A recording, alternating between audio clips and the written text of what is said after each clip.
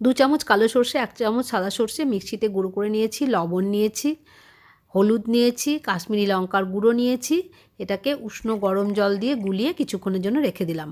আর এখানে নিয়েছি কাঁচা লঙ্কা, কালো জিরে, টমেটো। এখানে মাছ নুন হলুদ মাখানো আছে। কড়াইতে তেল গরম করে নিলাম।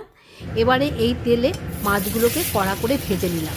এই মাছ খুব হালকা মাছ, নরম মাছ, খুব তাড়াতাড়ি ভাজা হয়ে যায়। মাছটাকে আমি 2 খেপে ভেজে নিলাম। এবার ওই তেলেই আপনারা চাইলে আরেকটু বেশি তেল দিতে পারেন, কিন্তু আমার কম তেলেই আমি করছি। কাঁচা লঙ্কা, কালো জিরে ফোড়ন দিলাম, টমেটো দিলাম, একটু লবণ দিয়ে ঢাকা দিয়ে টমেটোটাকে নরম। এবারে এই সর্ষের মিশ্রণটা ঢেলে দিলাম। কিছুক্ষণ নাড়াচাড়া করে উষ্ণ গরম জল দিয়ে একটুখানি ফুট উঠতে না উঠতেই মাছগুলো দিয়ে দিলাম, কারণ সর্ষে বেশিক্ষণ ফোটালে তেতো হয়ে যায়। মাছগুলো দেওয়ার পর আমি এর মধ্যে ধনেপাতা দিয়ে দিলাম কিছুটা।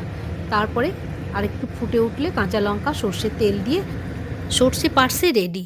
Like, share, comment, subscribe please.